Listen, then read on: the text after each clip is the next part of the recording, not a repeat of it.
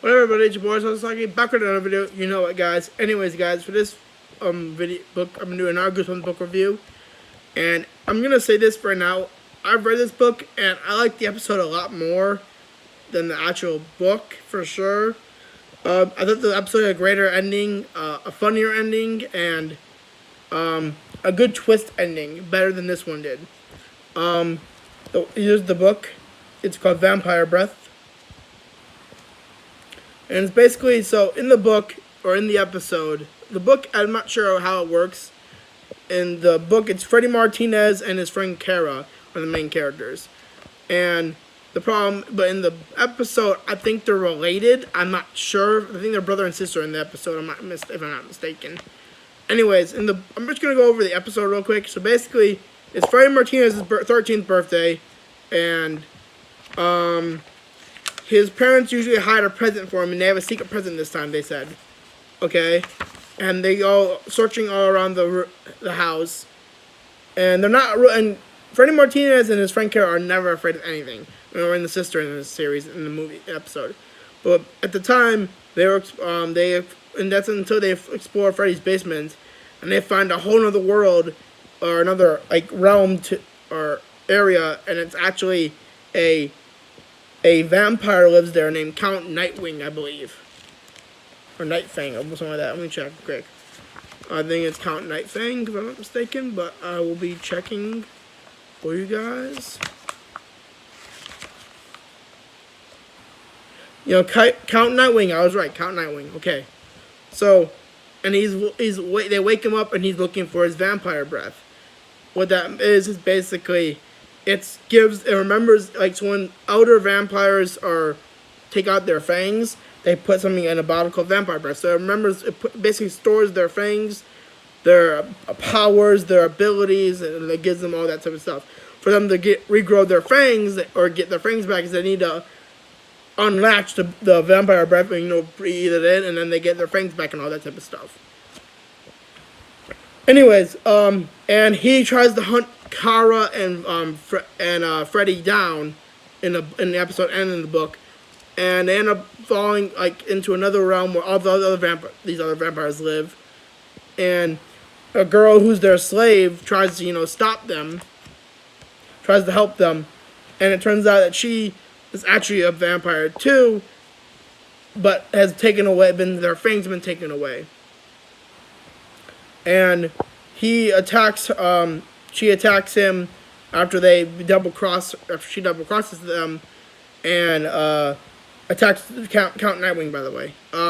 He ends up, I guess, able to fend her off or some shit, and defeats her, and then they end up getting up to their back to their regular part of the house, like up to their house, and they start screaming at their parents who just got, or in the episode, they're like, "Oh, Mom and Dad, there's a vampire in the basement," and then Count Nightwing jumps up and it tries to attack them, and then immediately the mom and dad look at him, and the mom says, "Grandpa, Dad," and so does the dad say, "Dad," and they all give a hug, and they're like, "Oh, I thought I lost you," like, and then he says, "Wait a minute, you know him?"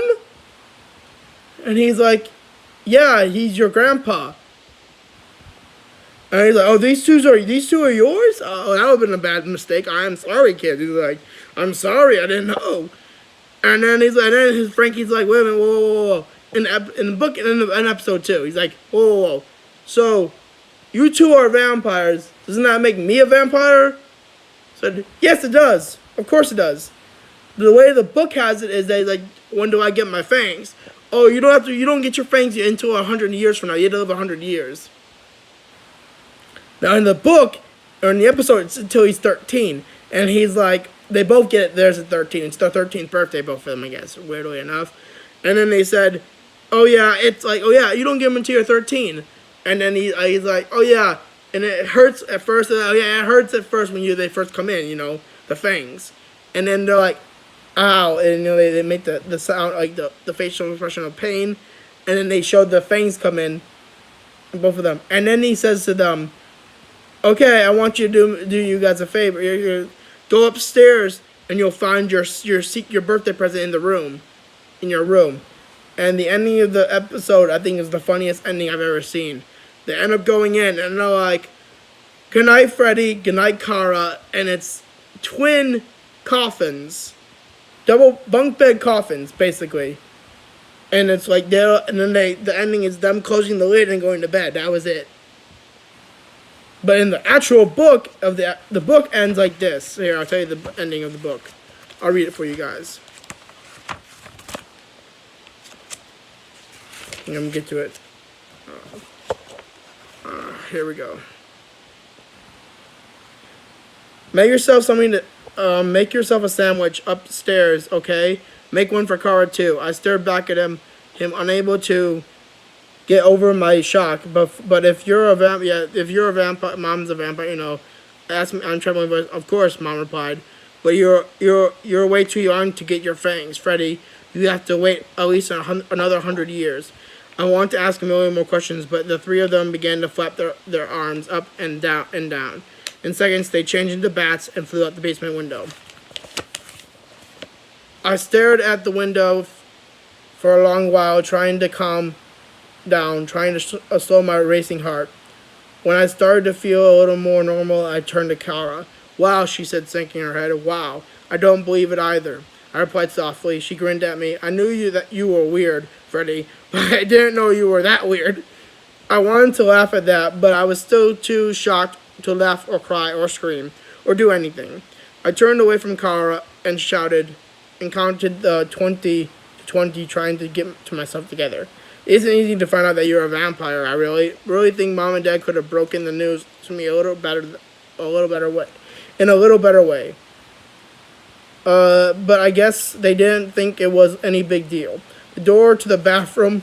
By the way, we're going to cut off right there. It's a big deal that you're a vampire. That's a big deal.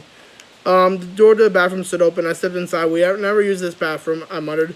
"We used the one across the basement." Kara followed me in. The mirror door to the medicine chest was partly open. She pulled it open the rest of the way, and the shelves were jammed with all kinds of jars and bottles. Strange medicines and tubes of ointments. I saw a green glass bottle on top of the shelf. "What's that?" I wondered. I shook my hand up and pulled it down. But Kara grabbed it first. "Give it back," I cried. I shoved her. She shoved me back. She turned the glass bottle in her hand and read the name of the label to me. "Werewolf sweat." "Kara, put it back," I ordered. "No, really, put it back. Leave it alone, Kara. Don't open it, don't." She teased me, grinning. She pretended to pull off the top. "No," I cried. I swiped it at it, tried to pull it away from her hand, but I missed and tugged off the top of it instead. "Whoa," Kara cried out as a yellow liquid squirted all over both of us. I rolled my eyes. "Now what?" I cried. "Now what do you think is going to happen?" And growl. Kara growled. Kara replied. I'm guessing that means Kara turned into a werewolf. That's the end of the book. Again, I like the episode better because it had a funnier ending. And I know Goosebumps is not supposed to be funny and it's funny and scary, but I actually like the ending for the book a lot better. I mean, it made more sense because once you start to hit puberty, you usually hit the puberty of your boy in their age 13 or age 13 or 12. It depends on your real age, but it's usually 13. So I know I started around 12, but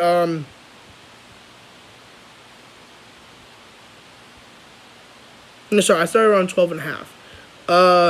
But 13, like I said, I liked it that way better because I would think vampirism would be more of a change when you become becoming more an adolescent to teenager.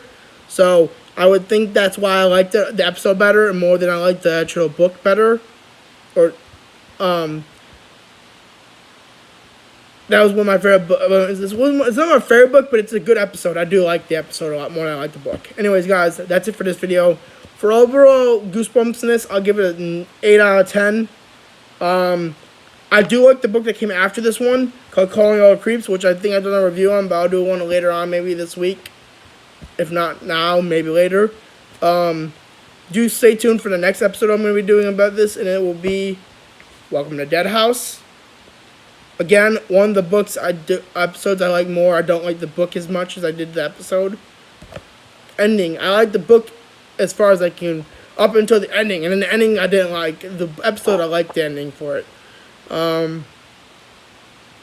That's it for this video, guys. Like, comment, subscribe, and I'll see you in the next video.